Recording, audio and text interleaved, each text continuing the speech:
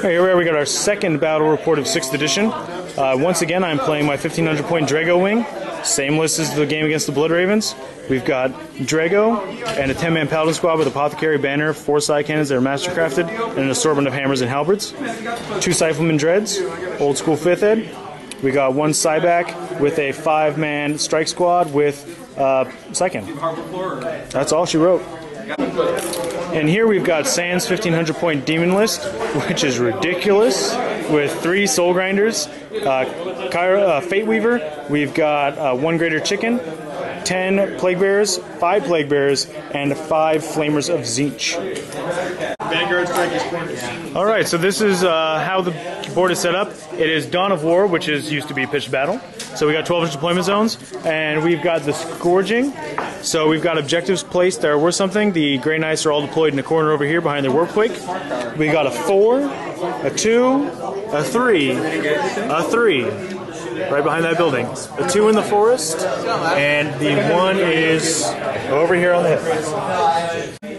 Into turn 1, Sand got his wave he wanted, so Kairos and the Chicken and a Soul Grinder and 10 Plague Bearers came in. They deep struck way far away from Warpquake thanks to the ability to pre-measure. 1 pot shot killed off a member of the strike squad. Okay, right here.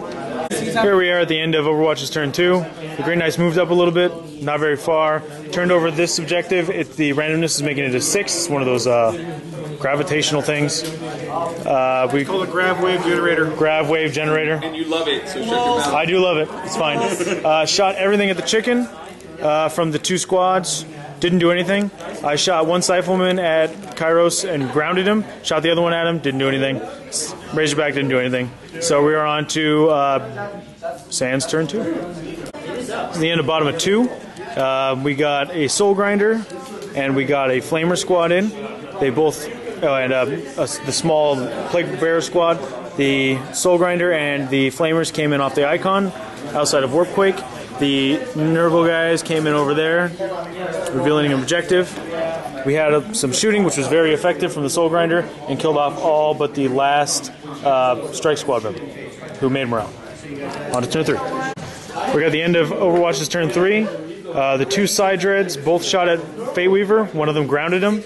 Then an insane number of shots from the Paladins were able to put him down with 3 wounds. There was something like 27 wounds or something like that crazy. So Fate Weaver's gone, and that is the end of the turn. Alright, so we're at the end of the top of 4, Overwatch's turn. Moved the Dreads over to hold these objectives because they're scoring Dreads thanks to Draigo. We shot down the bird, so he's grounded, then did 2 wounds to him, still got 2 left. The Paladins moved out and multi-charged the Flamer unit that was in the crater and the Soul Grinder that was here. They were able to wreck the Soul Grinder and kill off 3 of the Flamers, but are now stuck in combat with the Flamers. Now on to Sand's turn 4. There are no more reserves. Power gamer. Alright, I was just called a power gamer. And we are at the end of my turn 5. So we've got the Dread. Oh, we didn't do the end of your turn 4. So on Sand's turn 4, the Chicken flew over and then destroyed this Dreadnought here.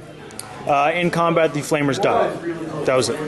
On my turn 5, Draigo split off from the squad of Paladins. The Paladins, because they were close to this objective, skyfired at the Greater Chicken and was able to put it down to sleep, which was over here.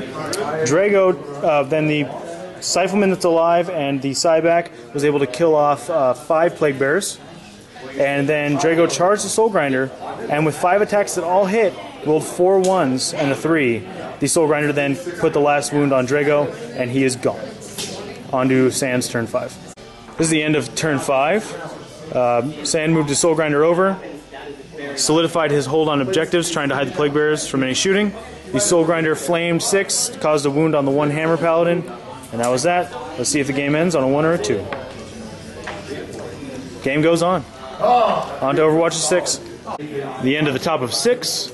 And we've got some guys that moved around. Tilkin got an objective there. The Paladins shot the Soul Grinder, didn't do anything, then charged.